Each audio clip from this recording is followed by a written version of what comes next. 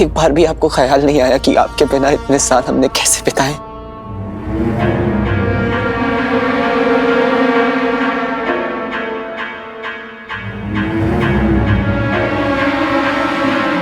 पता है आपको मुझे सबसे ज्यादा बुरा कब लगा?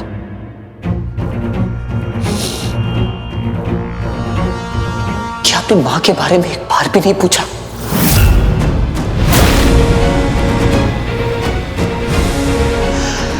आप ऐसे क्यों रिएक्ट कर रहे हैं पापा?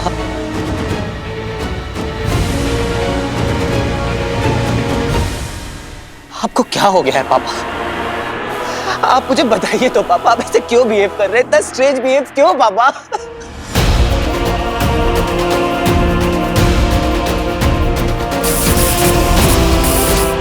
मां मर गई पापा, आप चले गए, मां चली गई, पीछे छूट गया एक 7 साल का बच्चा और उसकी गोद में 2 छोटी छोटी बच्चियां।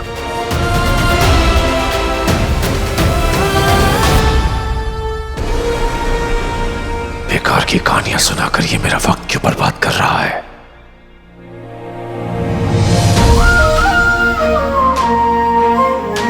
मैंने सोचा था जब आप मुझसे पहली बार मिलेंगे तो मुझे गले लगाकर मुझसे पूछेंगे कि तू कैसा है वीर, तेरी माँ कैसी है। स्वीटी बेटी को पहली बार देखकर आपकी आंखें भर जाएंगी, उनका माथा चूमकर उनसे पूछेंगे, उनको बोलेंगे कि बेटा अब मैं वापस आ गया हूं, मैं कभी वापस नहीं जाऊंगा।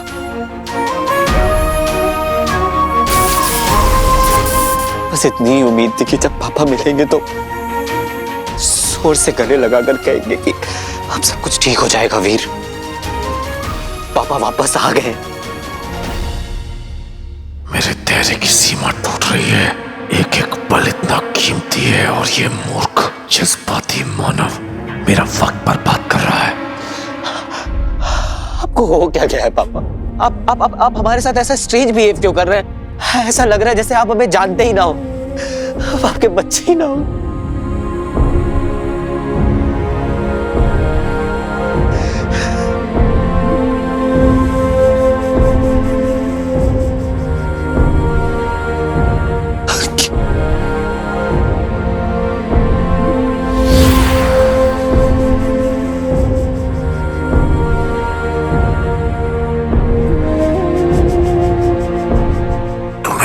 बर्बाद कर रहा है मानव। मैं यहाँ सिर्फ पहेली के लिए आया हूँ। सो सॉरी पापा, मैंने ज्यादा बोल दिया आपको।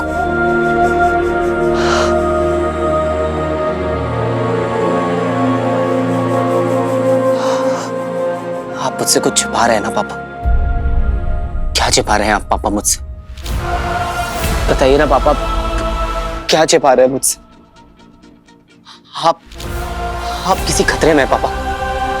मुझे बताइए तो पापा, क्या हो रहा है आपके साथ? क्यों आप भागते फिर रहे? कौन है आपके पीछे पापा? प्लीज मुझे बताइए। हाँ, आपने मुझे लेटर में भी लिखा था कि आप खतरे में हैं पापा, तो फिर आप मुझे क्यों नहीं बता रहे कि आपके पीछे कौन है पापा? आप बस मुझे नाम बताइए पापा, मैं प्रोटेक्ट करूंगा आपको। आप अपनी प्रॉब्लम बताइए पापा, प्लीज मुझे बताइए। अगर इस पहेली को सुलझाने के लिए मुझे तेरी जरूरत ना होती तब तक तेरी लाश पड़ी होती वीर नंदा। प्लीज मुझे बता दीजिए पापा कि ये रिडल्स आपको क्यों बार बार सॉल्व करनी पड़ती है? वो भी ऐसे रिडल्स जिन्हें आप खुद सॉल्व कर सकते हैं, पर फिर भी मुझसे सॉल्व करवाते हैं। कि जरूर कोई सीक्रेट है पापा जो आप मुझसे छुपा रहे हैं। प्लीज पापा, ऐसा क्या है जो आप मुझे बता नहीं सकते?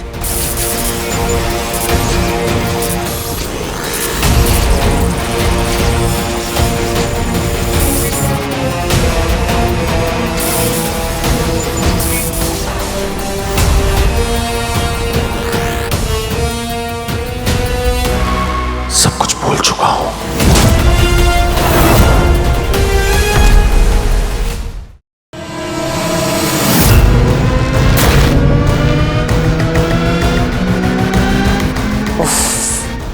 ये हैंडसम चेहरा ना देखा देखा सा लग रहा है।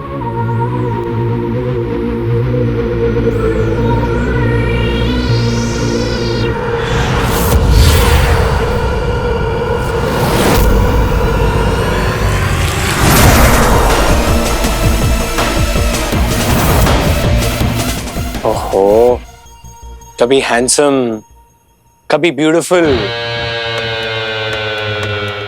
इरादा क्या है?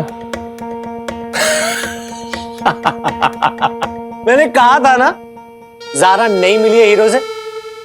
होगी तसल्ली। एक काम करते हैं, तुम ना साइड आ जाओ।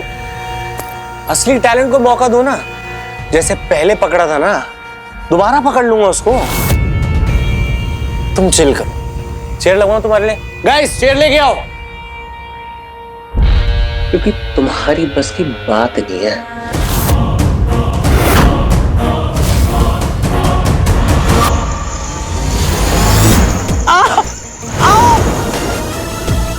क्या कहा तूने मानव? सॉरी, मेरा मतलब था कि तुम अलोमा उस छोटे से हीरो के लिए टाइम थोड़ा वेस्ट करोगी। कहाँ जा रही है? ओहो, बहुत सॉफ्ट है, कोमल, तुम्हारे दिल की तरह। कौन सी क्रीम लगाते हैं? देखो देखो, मैं हूं तो तुम्हारा बंदा ना, मुझे ट्रस्ट करो प्लीज। लग रही है। औकात से ज्यादा बात और जरूरत से ज्यादा कॉन्फिडेंस सेहत के लिए हानिकारक होता है। हीरो को ढूंढो। सिर्फ ढूंढूंगा नहीं,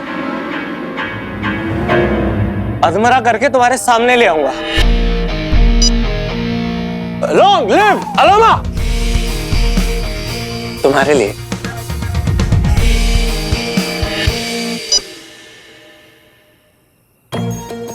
इस डिवाइस में कई शक्तियां हैं, पर जब ये ऑन रहता है तो कोई भी दूसरा असर तुम्हें लोकेट कर सकता है। इसे सिर्फ जरूरत पड़ने पर ही ऑन किया करो, वरना इसे ऑफ रखो। अगर किसी दूसरे असर ने तुम्हें इसके सिग्नल्स के जरिए ट्रेस कर लिया तो तुम्हें उसी वक्त खत्म कर देगा और अपनी लंबी जबान चलाने का वक्त भी नहीं देगा। लंबी जबान तो ठीक है, पर नहीं, यहाँ पे और एलियंस और असुर है। मतलब एक है जो हमारे रडार से मिसिंग है।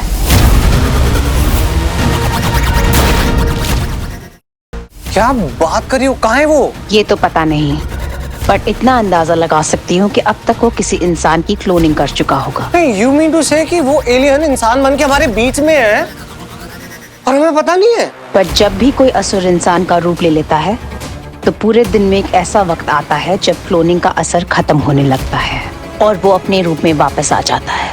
ऐसे में उन्हें खुद में ऊर्जा का संचार करना पड़ता है, जिसे तुम लोग रिचार्ज कहते हो। सब भूल गए मतलब? मुझे कुछ याद नहीं, मेरी याददाश्त चली गई है।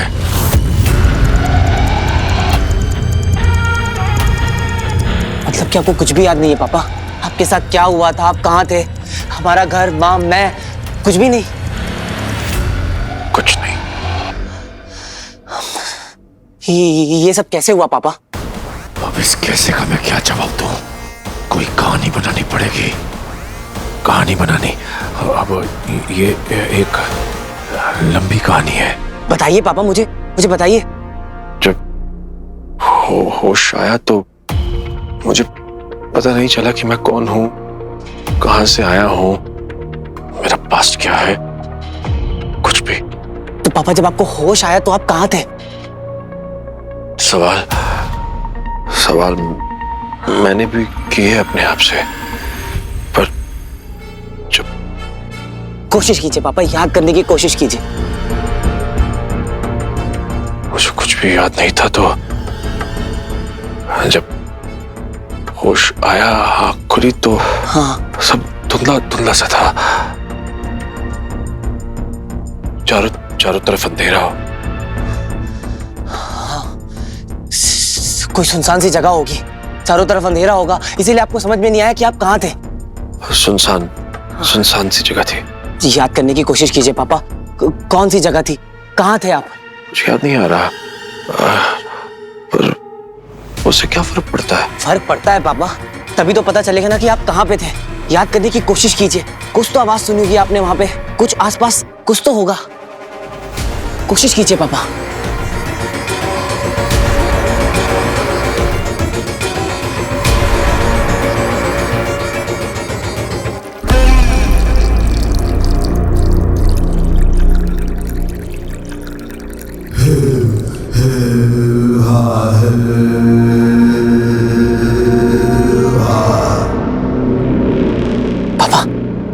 पानी।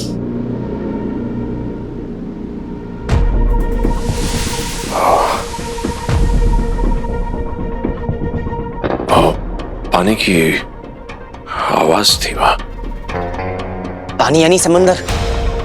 हाँ, आप किसी बीच के पास थे। हाँ, बीच, रेत। मैं जब मेरी आंख खुली तो मैं बीच पर था।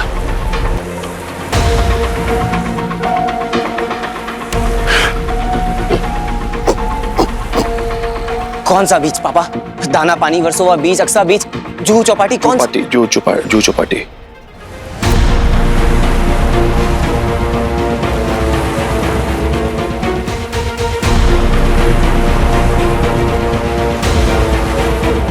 तो आप जूहू बीच पे थे और आपको याद नहीं था कि आप कौन है?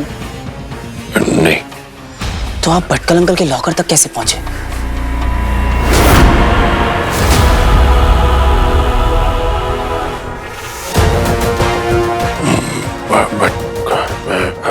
हाँ हाँ पापा, याद करने की कोशिश कीजिए। कैसे पहुंचे आप? बताइए ना पापा, वहां कैसे वही पहुंचे? तो बता रहा था। मैं शौक में था, कुछ समझ नहीं आ रहा था, तो अचानक गोलियां चले।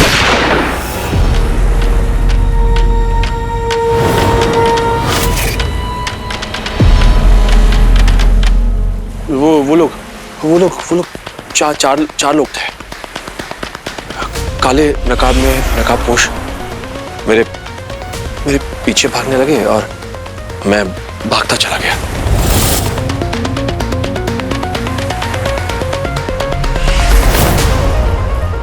हे भगवान, आप पे गोलियां चली। थैंक गॉड पापा, आप बच गए। पता नहीं कैसे। फिर आप भाग के कहां गए?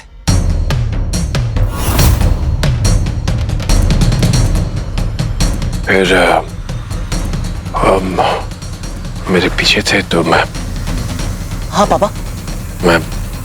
भागता चला गया। फिर क्या हुआ? सोचिए पापा, बताइए मुझे। सोचने दो।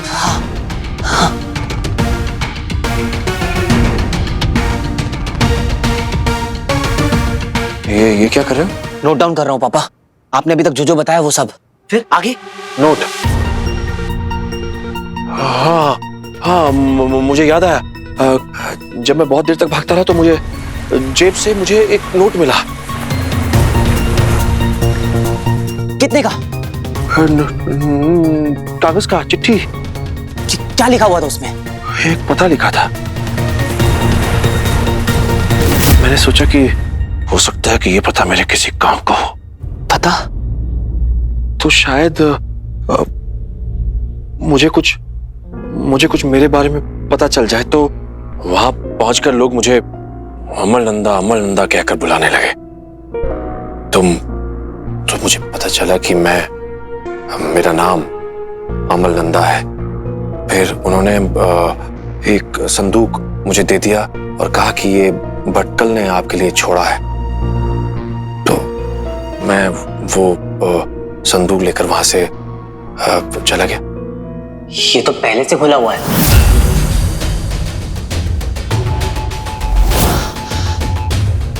ठीक 10 मिनट बाद मैं वहां पहुंचा था, तभी मैंने आपको पहली बार सीसीटीवी फुटेज में देखा था।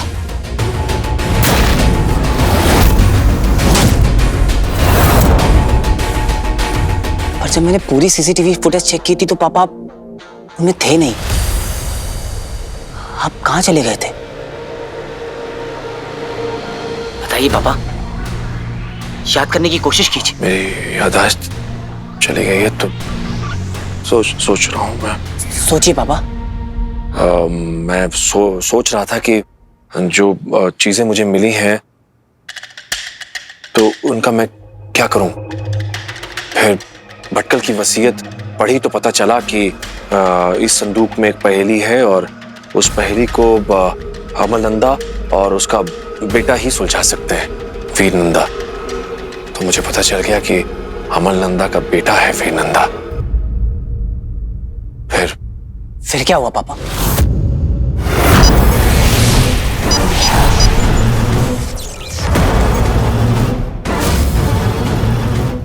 अब इस मूर्ख ने मेरी कहानी पूरी तरह से मान ली है। फिर मैं तुम्हें ढूंढते ढूंढते भटकल की शोक सभा में पहुंच गया।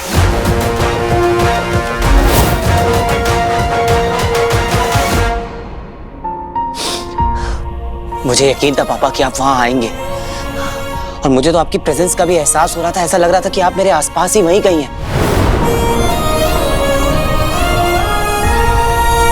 पापा पर आप मुझसे मिलने क्यों नहीं आए? बताइए पापा। क्योंकि मैं नहीं जानता था कि कौन है वीर नंदा, कैसा दिखता है। अब इतने साल हो गए, 15 साल। तो 15 सालों में तो तुम इंसानों के चेहरे बदल जाते हैं। तुम इंसान?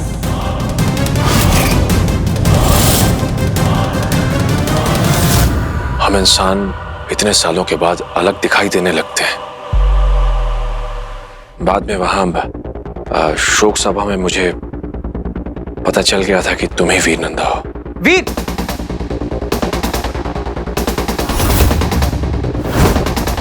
पर फिर मैं डर गया था। मुझे लगा कि जो लोग मेरे पीछे हैं वो लोग भी वहां मौजूद ना हो, तो मैं वहां से चला गया, तुमसे मिले बिना।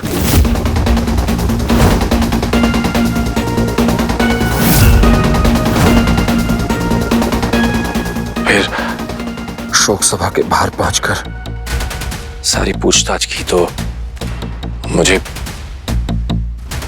हमारे उस घर के बारे में पता चला। मैंने तुमसे मिलने के लिए चिट्ठी और क्लू छोड़ा था।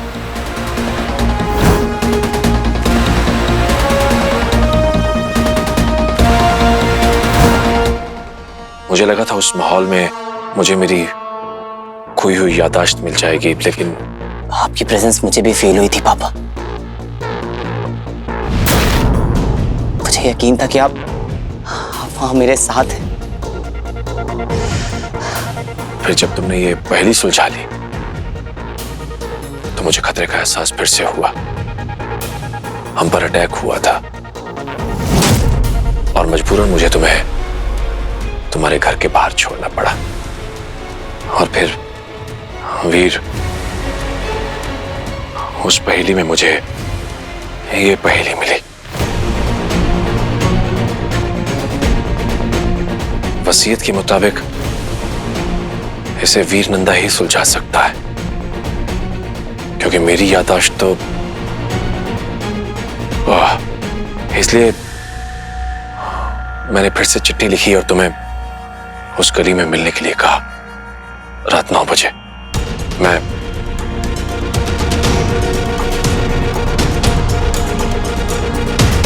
वहां पहुंचकर मैंने तुम्हारा इंतजार किया, पर तुम आए नहीं। तो मैंने सोचा कि मैं या खुद तुमसे आकर मिलूं।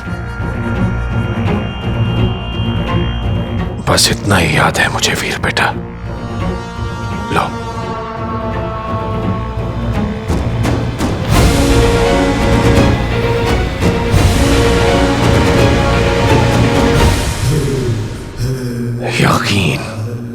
यकीन ये मानव बड़ी आसानी से कर लेते हैं। तो अब तक आप कुछ भी नहीं याद कर पाए? कुछ भी नहीं? कुछ भी नहीं,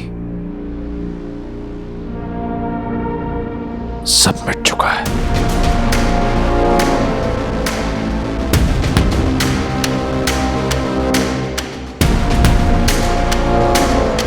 इसका मतलब है कि आपको अपने सीक्रेट प्रोजेक्ट के बारे में भी कुछ याद नहीं है?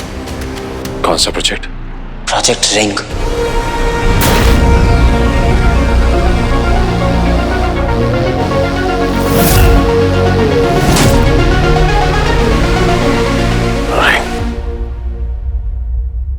कौन से रिंग?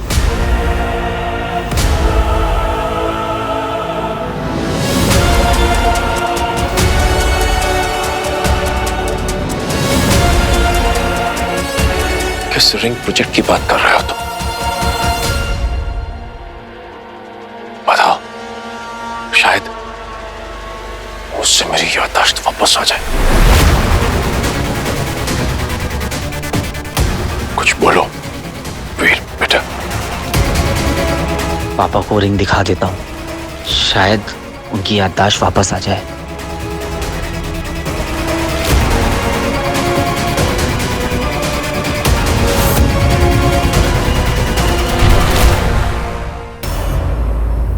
एक बार भी आपको ख्याल नहीं आया कि आपके बिना इतने साल हमने कैसे बिताए?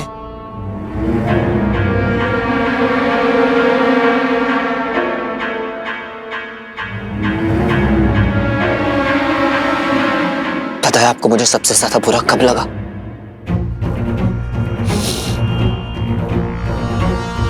कि आपने मां के बारे में एक बार भी नहीं पूछा।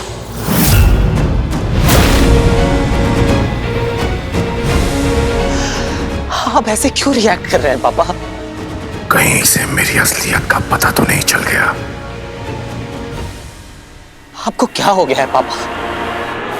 आप मुझे बताइए तो पापा, आप ऐसे क्यों बिहेव कर रहे हैं? इतना स्ट्रेंज बिहेव क्यों पापा?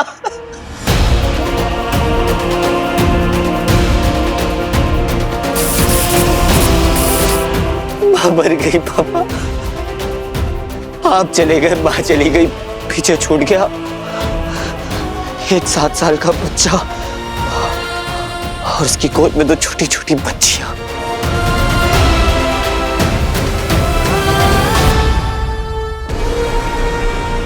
बेकार की कहानियां सुनाकर ये मेरा वक्त क्यों बर्बाद कर रहा है?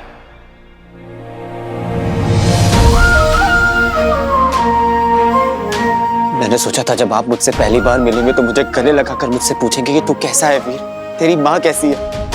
स्वीटी बेटी को पहली बार देखकर आपकी आंखें भर जाएंगी, उनका माथा चूमकर उनसे पूछेंगे, उनको बोलेंगे कि बेटा अब मैं वापस आ गया हूं, मैं कभी वापस नहीं जाऊंगा।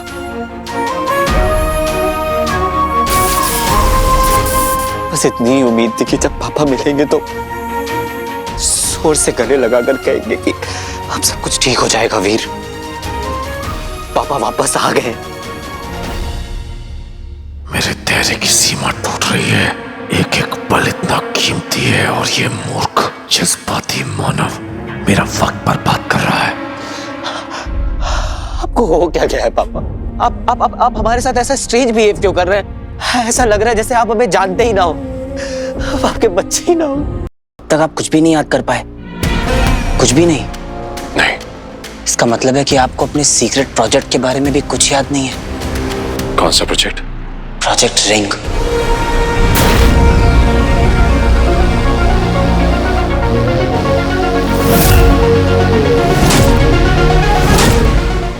अभी आप आराम कीजिए, आपको कुछ भी चाहिए होगा तो मुझे झट से आवाज दीजिएगा, मैं फट से वापस आ जाऊंगा। मुझे नहीं रहना इन भावुक और मूर्ख व्यक्तियों के बीच। बहुत कम समय बचा है, इससे पहले कि मैं अपने वास्तविक रूप में आ जाऊं, अपने अंदर ऊर्जा का संचार करना होगा।